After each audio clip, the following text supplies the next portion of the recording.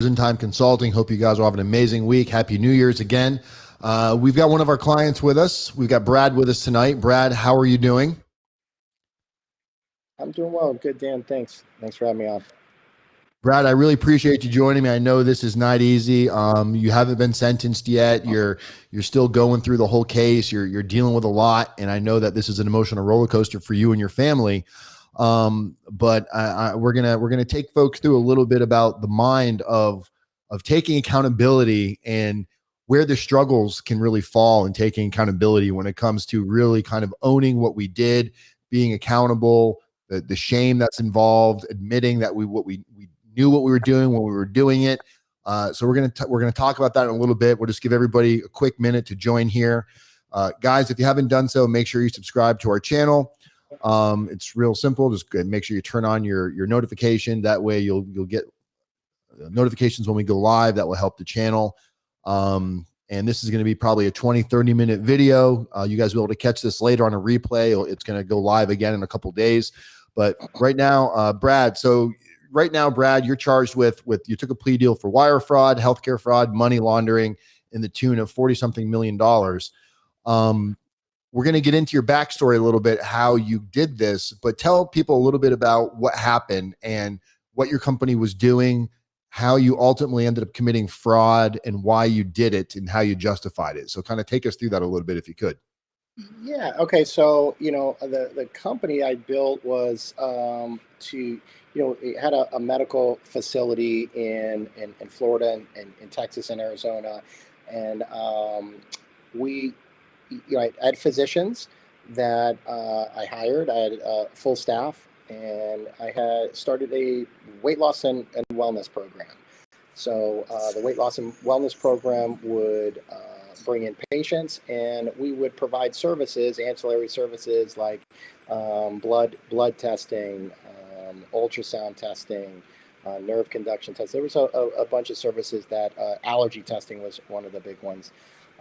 So we would provide those services, and it was mostly an out-of-network company, out-of-network type of business, meaning that my physicians were not contracted in-network to as an in-network provider for the insurance companies. We had to work in the out-of-network space.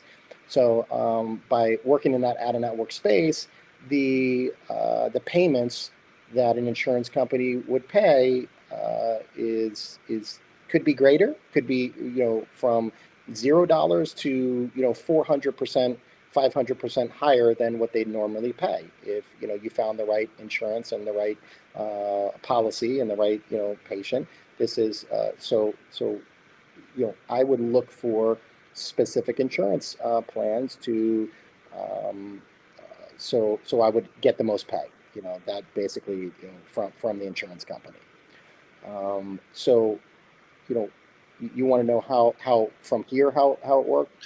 Yeah. When did you realize that you found a niche in your industry to where you were able to run this scam? And it sounds like you kind of were able to create a whole illusion, because you were telling people like, get this type of policy and then we can file this type of claim. And you were doing this with like friends and whatnot. We were doing it for years. Out of network space and types of testing that we were doing for years legally, no problem. Then to increase the business as my business model changed a bit, and I had to hire my own physicians. My expenses would go up, and the pressures of the expenses led me to looking for new sales, and how do I bring in business? How do I I need more business to pay bills, right? So that's when I've developed this scheme to go after friends that had companies, that had corporations that were in business. They must have 5, 10, 15, 20 employees.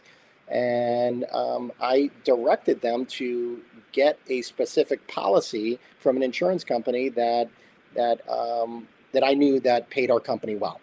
and paid our company. So I would say to my buddy, hey, you know what? You need insurance for your company. Nobody's going to get hurt.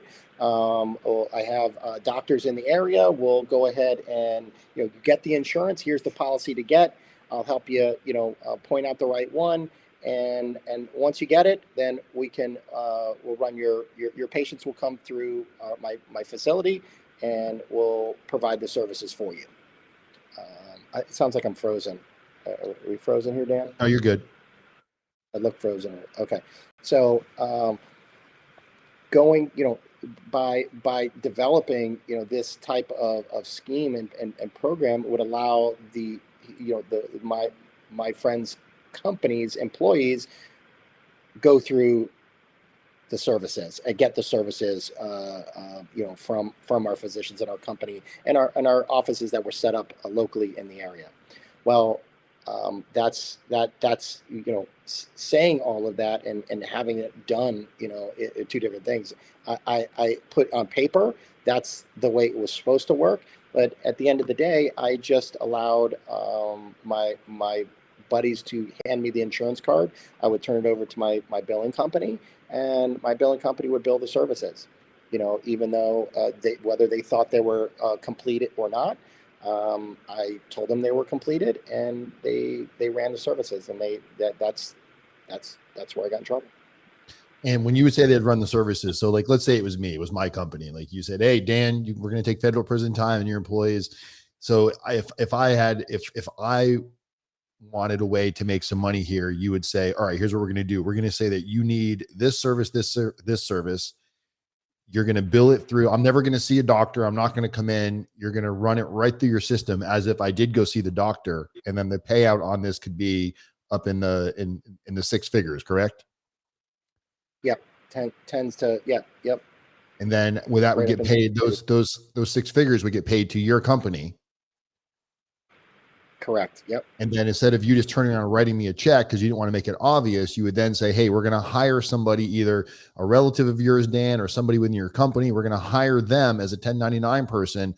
And then you would pay that person. So it looks like you're paying out a legit payment when really it was just a way to, take 50% of the money and give it to me. That was my take. And then you'd keep the other 50% or whatever the split was. Is it something along those lines?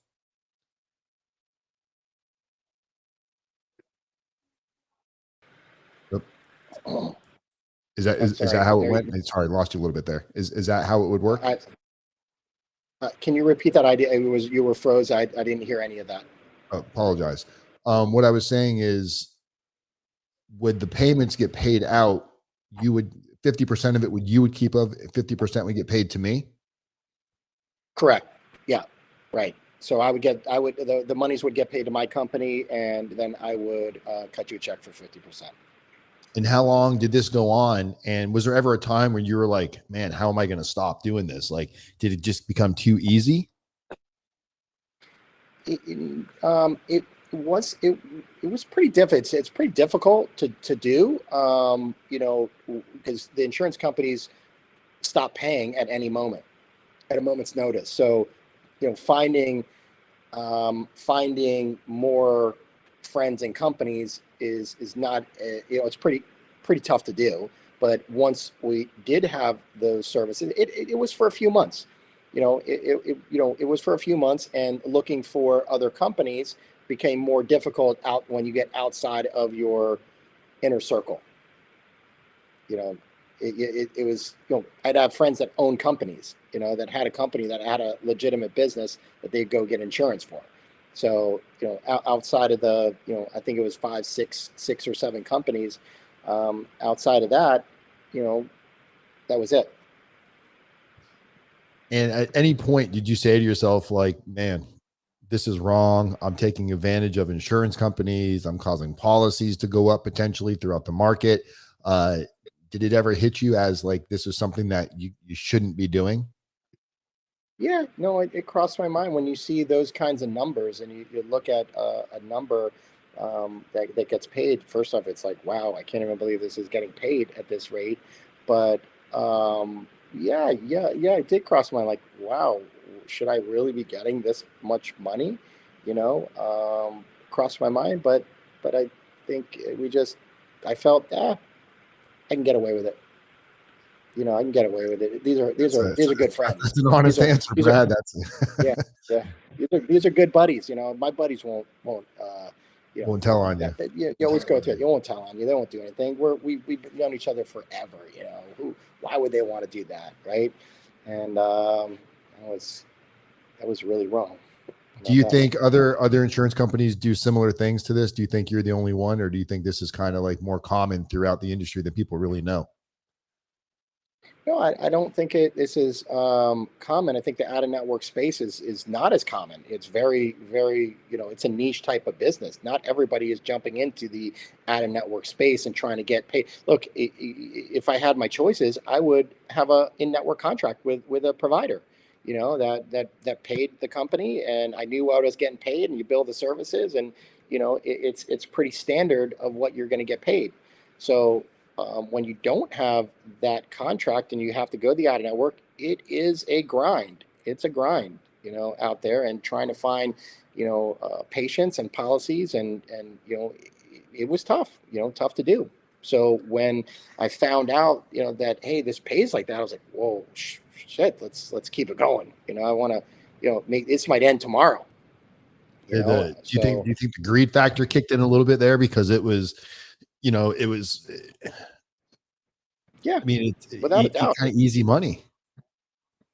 It's without a doubt. Again, I trusted that a friend, for 30 years, he's making great money. I'm making great money. I got another one, a salesperson. You know, this is easy money, right? I mean, it's not. It's tough to. I guess looking at it now, it's easy for me to really reflect. But when you're getting it, it's like, okay, they're paying it. They remember, they're getting the all the information that is, I guess, would allow the claim to be paid, right? So any of that information from my billing company, whatever they did and sent in, made made them process the claim properly. And how about the millions of insured out there, the actual patients themselves, like people like me that going out to get insurance, and I'm like, why are my premiums getting jacked up? Do you think uh, doing things like what you were doing, do you think that plays a role in why insurance policies and premiums are being Yeah. raised? Is a ripple effect there? I think it has to. I think it has to. It just makes sense that any fraud being committed is only going to get passed on to the guys that are paying the insurance. The amount of money I'm sure the insurance companies have to spend on trying to deter and guys like me, or things of this happening. It's going to raise rates for guys like you that are honest, paying their bills, and I'm wondering why it's going up. I'm sure this has a big factor in why insurance premiums go up.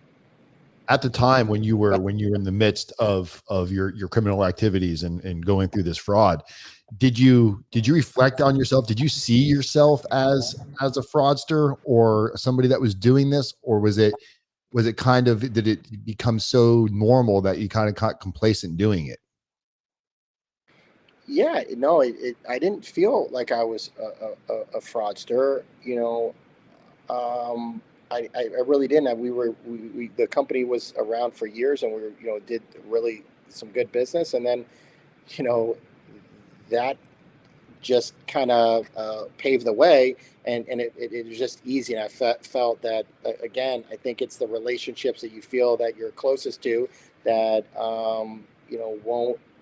won't snitch or won't tell or won't whatever you call it. It will come down to it that they're they're they're getting dragged into it. I drug Right. these people into it, and I shouldn't have. So at the time I didn't feel like the fraudster.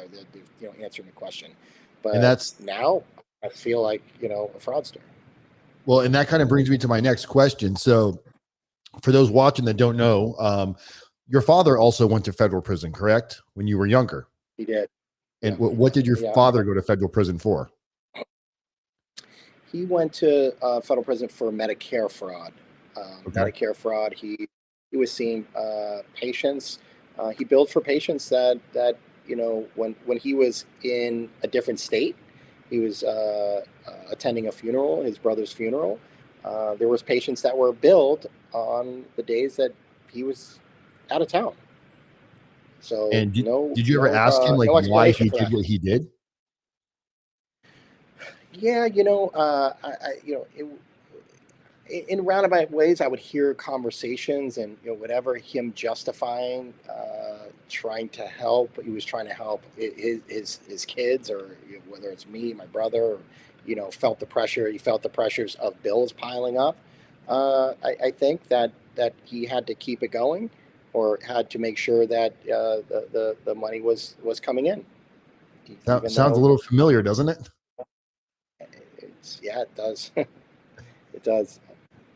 And it's because you told me when your father was doing this, that when you would hear him talking like this, that it was so obvious that he was making justification for why he did what he did, when really he was just out defrauding, no matter who he was doing it for. At the end of the day, he was doing it for himself as well, to maintain lifestyles and keeping everybody happy. And then here you are in the same boiling pan that he was in, where you identified all of these triggers and mishaps that your father did. And somehow you allowed yourself to go down that exact same path, knowing that that's what got your father in trouble. Do you think that, indirectly, that maybe that this is just kind of inherited into you, and you are a people pleaser? You love to make people happy as much as you want to make money. You also want to be the man that kind of fixes everybody's problems, not looking at what you're doing to make that happen. Yeah, you put it that way. I think, yeah, absolutely. It definitely, I can see him always wanting to fix and help, and he would do that. And I would see him do that as growing up. And, I felt that that was pretty cool and gave, pretty good status. It was really, people want to hear you're helping people. It's like that I saw that happening, and I saw how people reacted to my dad when he would help, and ultimately that's probably where it came from. I am the one that wants to help all the time. And And how much help are you doing for your family right now? You're stuck with an ankle monitor. You've had to move out of your house. One of your daughters is getting ready to have twins, and here you are getting ready to potentially go off to federal prison. So looking back at it now, just kind of like with an open mind, if you really ask yourself, like, what good have you done for that situation? What would you say to, if yourself now could talk to, yourself 3 years ago? What would you tell yourself? oh my God, if I only knew, the road that, I would be taking, what I'm facing, and, the amount of money and the stress, the what my family's going through, I should have known from the past, and I had the stress, and my father going to prison, and me taking my mom, weekly to go visit. I should have, those feelings are terrible. Those are the worst. And I felt shitty for it. And I should have learned my lesson, but I didn't. And it kills me that my daughter is going to be, having babies, and I'm off to prison. It kills me that my kids are going to, raising the twins, and my son is going to have to, get along without me, and that hurts. That hurts big time. And I would your have, I would, wife, I know your wife had told me that, when you guys first met, she was used to working, and business started taking off, and you kind of put her in the situation of, babe, stay home. I'm going to take care of you. And she yep. got comfortable in this lifestyle. And how has this benefited her? Like, what's going to happen to her now? What is she going to have to start doing? Yeah. She's going to potentially have to go get a job, and to make ends meet, and we're doing the best we can to figure out how we are moving on to, to provide for our family, for both Carrie and I, and our kids. We're trying to make the best of it. We're really looking at different companies or different avenues of making money, so we can provide and move on and learn from this, and hopefully gets behind us sooner than later. Well, working with you, Brad, you've been a really amazing client, and we've actually become friends throughout this. And it's not just because of the relatable stories, but to see how there's acceptance and responsibility is one thing where you're like, I did it. So you get downward departures and all that great stuff. That's all great. But I've seen this kind of shift where you're starting to identify that beyond just that, I think you're really starting to see the effect. So we're going to wrap this up. I don't want to take this too long, but last thing I want to ask you is for others that are going through something similar, that are struggling right now with taking accountability and they don't know what that looks like. What does accountability look like to you, and what does that mean? Being truthful with yourself, and looking yourself in the mirror, and making sure that you're gonna accept responsibility and accept the consequences, for your actions. That's what it looks like to me. Make sure to fess up, and tell the truth, and not hide behind any excuses. Well, there you go, guys. That's our first video with Brad, and we will have Brad back once he gets a little bit further down the line. Brad, I want to thank you very much. I know this is a real tough time that you and your family are going through, but I think you also know that you did it to yourself, and you're owning that, which is part of the process of healing and getting on to the next phase of this, which get prison done, get it over with, and start repairing the family there, my man. Yeah. Thank you for having me, Dan. I appreciate the interview, and hopefully we'll be having a different interview down the line. Absolutely. Well, guys, I'm RDAP Dan, Federal Prison Time Consulting, People Helping People, Communities Method, one day at a time. Don't forget, if you want to book a consultation, find out what we might be able to do for your situation, there's a link in the description of the video. Guys, I love every single one of you. People Helping People, Communities Method, one day at a time.